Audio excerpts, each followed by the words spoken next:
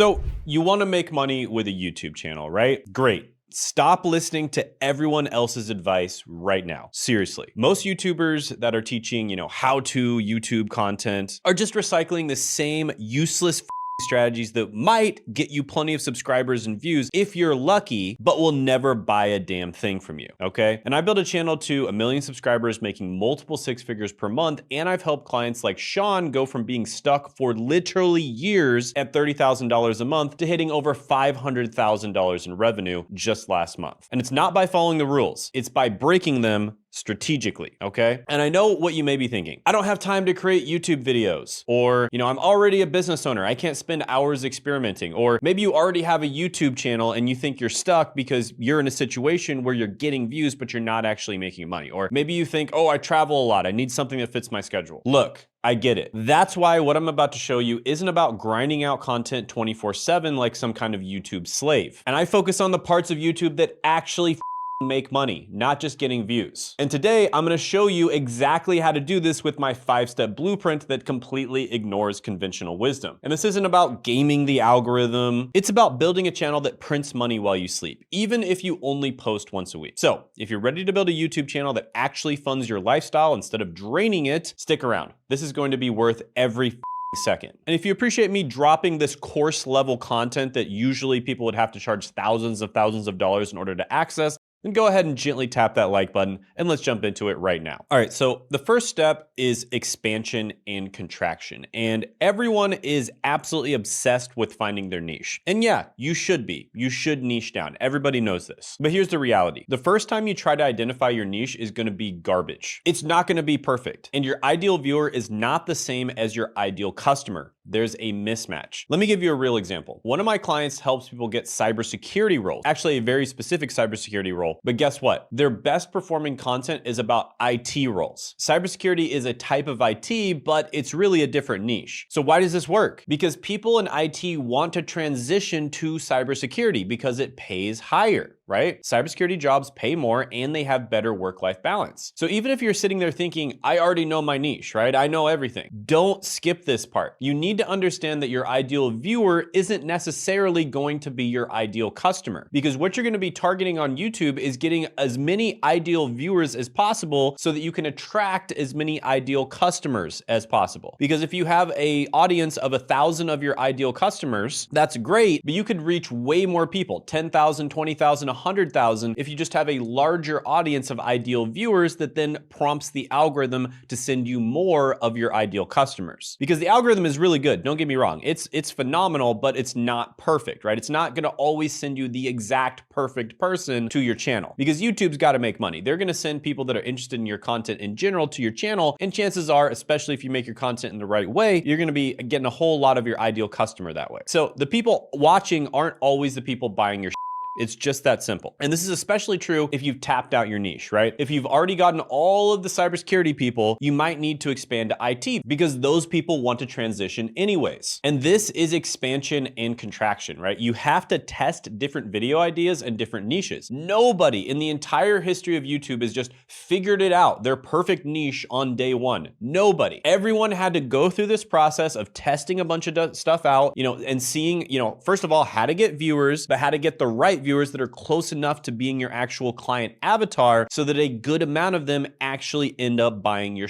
right? So you gotta try different ideas, different niches, and eventually you'll find what works. Step 2 is format testing. Now, you might be talking about the exact same topic, but a different format gets way more views or sales. And at the end of the day, most YouTube gurus just teach you how to get views and subscribers. And they're really terrible at even doing that. I mean, most people still aren't even getting views. But what you actually want is to make money and have freedom. Creative freedom, time freedom, location freedom, and financial freedom. So you need to test out different formats. And I've covered like 50 different formats on another video. So you can check that video out. I guess I'll put it right here if I can remember. But basically I covered like every format known to mankind on YouTube. But here's what you need to know. There's some base formats that work for a lot of different people. You can do listicles, right? So the top 5 highest paying cybersecurity jobs. That's just an example of a listicle. Someone who does a lot of listicles in the make money online niche is Iman Gadzhi. Pretty much all of his videos are listicles, or the vast majority of them are listicles. And then he funnels those people from the listicles to videos that convert more. Now listicles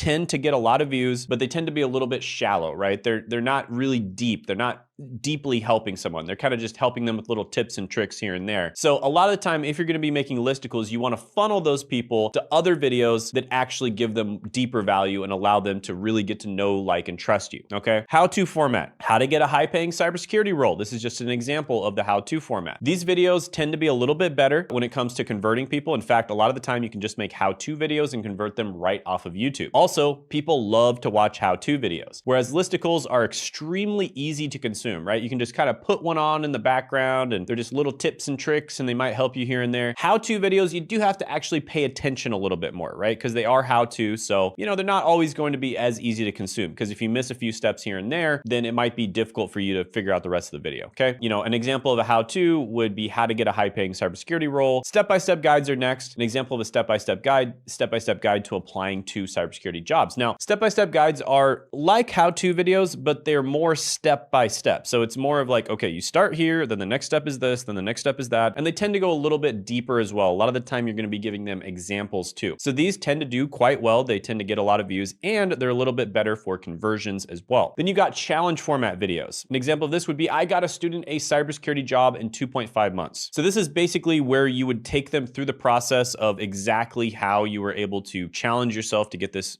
cybersecurity student a job, and then you were able to actually help them do it within 2.5 months. And you'd show step by step, you know, the process. A lot of the times you're going to have to record on different days, so these can be somewhat intensive. However, they do get a lot of views and they also convert very well, but I would say the difficulty in making these is quite high. Then you've got interviews. This is where you just interview your successful students or you interview other people that are successful in your niche. These can be quite good. Then you got case studies where you break down exactly how someone succeeded. So this could be like the same as the interview, but you break down how that person was actually able to succeed, kind of in a step-by-step manner, like maybe the 3 biggest things that they were able to do that helped them succeed. And then you can like intersperse little quotes from them that you did in your interview. Okay, so these can be quite good too. And there are tons of formats. You know, you need to find your format. This takes time, but it's crucial. And usually, if you look at just about every big YouTube channel out there, Mr. Beast, Mr. Who's the Boss, Marquise Brownlee, et cetera, they all cover basically the same format over and over and over again. Now, at least 80% of their videos are in the same exact format. And there's a reason for this, right? So just a few examples. Mr. Beast's main channel, all challenge videos. Mr. Beast's second channel, he has like a reaction channel. He also has a gaming channel. Again, all reaction videos, all gaming videos, okay? It's just that simple. Marquise Brownlee, he basically covers technology products. So it's a review channel. Mr. Who's the Boss does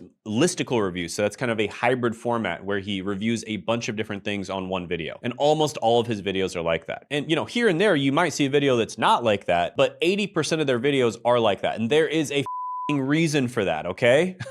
There's a reason they do that. It basically makes your channel like a TV show. When someone clicks, they have a clear expectation of what they're going to get, and your content needs to meet that expectation. That's how you make your content sticky so they can come back to it over and over again, kind of like they're watching a sitcom. Think about it. My favorite shows are Breaking Bad and The Office. And if I click on The Office and Breaking Bad pops up, I would be pissed, because even though Breaking Bad is absolutely amazing, I wasn't in the mood for a gritty drama. I wanted a dry comedy. That's why I clicked on a dry comedy. So if you're constantly making different formats on your channel, that's okay when you first start, when you're testing them out. But eventually you want to find an evergreen format where you can just make the same video with slightly different changes over and over again. And if you want to see an example of that, look at all the biggest YouTubers, or you can just look at my main channel, Shane Hummus. I basically make review videos, listicle review videos on various different careers or side hustle opportunities, et cetera, on my main channel. All the videos are just slight variations of the same thing. So you need to nail your format. Try different ones, then find ones that you can repeat over and over again. That's going to be your holy grail format. And when you find it, your channel will absolutely explode. Now, obviously, it takes some time to find it, and that's where the next step comes in, which is the evolution method. So you're trying different ideas, different niches, different avatars, different formats, etc. And eventually you'll find something that resonates with your audience. It gets views and it drives revenue. Like all the pieces just line up perfectly where you're getting a lot of views and you're getting those views from people that actually buy your stuff. So when you find that thing, you need to double down, triple down, quadruple down on it, all right? Pause everything that you're doing and figure out what was it about this video that people liked so much, okay? And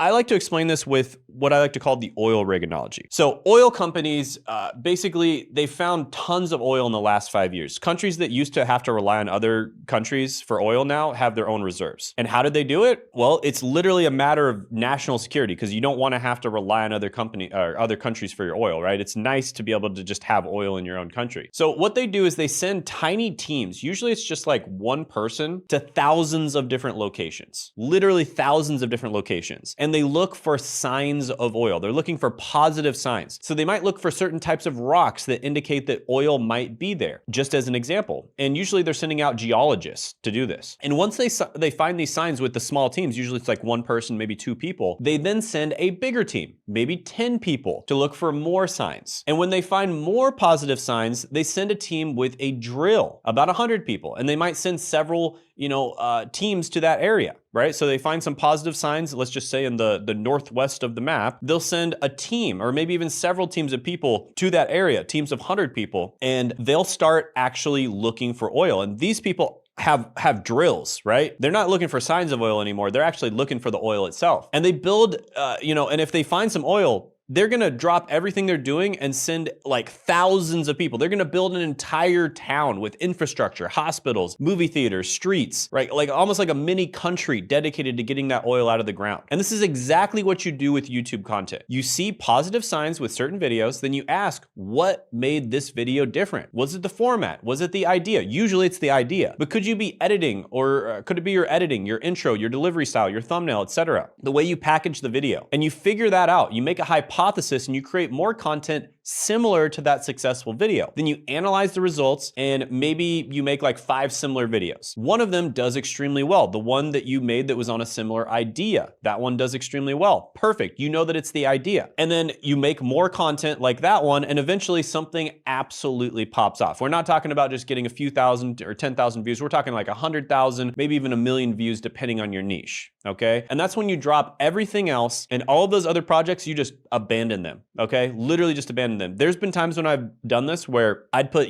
dozens of hours into a different project and I just totally drop it right there. Just drop it, never touch it again. Or maybe a couple years later, I'll come back to it, right? But you consolidate your resources and you focus on that one thing that's working, okay? Make it your evergreen content. Make that format that you can repeat over and over again about the same ideas in the same format. And that's what I did on my main channel. 99% of my videos, well, at least 80% of them follow the same format with tiny tweaks. That is the holy grail. And this is what you want to aim for. Now, step 4, and by the way, you don't have to do these step by step, but generally speaking, you want to try to monetize from day 1. But step 4 is you want to really start to focus on monetization. Once you have that format just totally dialed in and you can just make the same video over and over again, and it's predictable, you're going to get views and you're going to get people that are actually going to buy your stuff. This is where you really focus on monetization. And most creators are absolutely terrible at this, okay? I worked with a business owner making $30,000 a month. He was stuck there for years. We changed his monetization system and within 9 months, he was doing over $500,000 a month. Last month, he said he made over $600,000. So you need to align your content and monetize every single view effectively. If you make mass market content, those viewers might not form a deep connection with you on YouTube. So you get them onto an email list or in a group where you can nurture and educate them further. And maybe with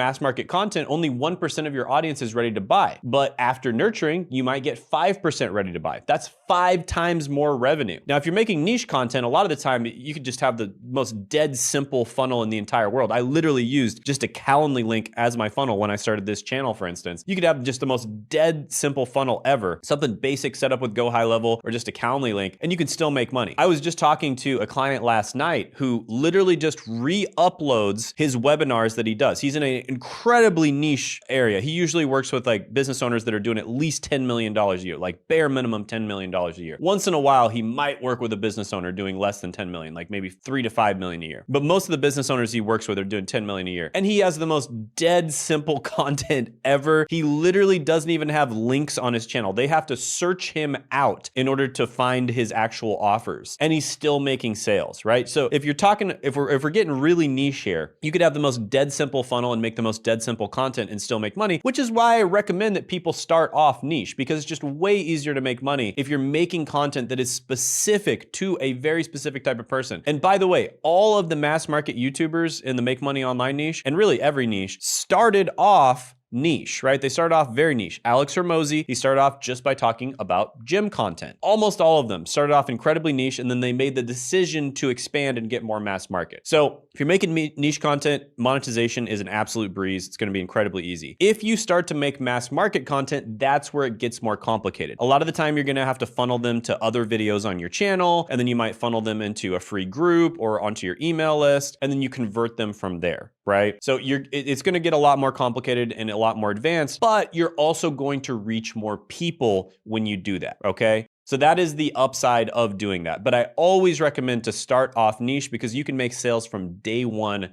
if you're making niche content. And once you have monetization dialed in, you're gonna move on to step 5, which is automation. And this is where the magic happens. This is where it's absolutely beautiful. It's just like, mwah, I love this part, okay? Because this is where you achieve true freedom. You hire people, you create systems. This is where the absolute magic happens. You might be making a ton of money, but you're working 80 hours a week, right? So you've got financial freedom, but you gave up all of your other freedoms, okay? You don't have time freedom. You don't have location freedom because you don't have time to travel, right? You don't have creative freedom. You know, so you're making a ton of money, but your freedom is completely gone. You're exhausted. You're gaining weight. You're feeling like okay, this happens to just about every business owner out there. And at this point, you need to automate and outsource. Many people are afraid because they think nobody can make content as good as me, right? I'm a special little snowflake and no one can ever make content as good as me. And this is an absolutely toxic mindset. You should expect your team to make better content than you. Let me repeat that. You should not be thinking, oh, no one else can make content as good as me. You should expect your team to make better content than you. Why? Because a job that took you 3 hours, they probably have like 40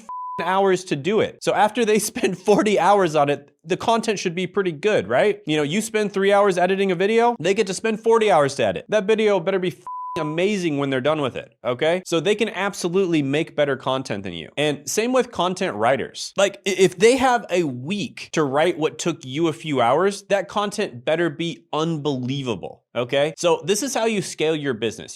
This is how you allow yourself to focus on the business and not in the business. And by the way, if you want to get the flow chart of how this system actually works, like the Miro boards and flow charts that my team actually uses, go ahead and click the lead magnet down in the description in the pinned comment below. See how that works? Now back to the video. And my channel followed these exact steps, literally like step by step. These are the things that I focused on at each step of the phase, okay? Now don't get me wrong, I was monetizing from day one, right? I was making money from day one. With that being said, it wasn't my focus, right? So you wanna focus on these 5 things step by step. And it starts off from figuring out your audience, figuring out what your niche is, figuring out what types of videos you're gonna make, and then streamlining everything. And this is how it's actually done. Now, I know what you're thinking, but I don't have time to figure all of this out. My business already takes all my energy. I've tried YouTube before and it didn't work. Look, even if you have no time, we can figure out how to make YouTube work for you. My team and I have helped hundreds of business owners implement this exact system. So book a free demo call with me or my team by clicking the link in the description. We will break down exactly how this can work in your specific business and your specific niche. And if you wanna see a real case study, check out my video, How Sean Scaled from 30K to 500K per month by clicking right here.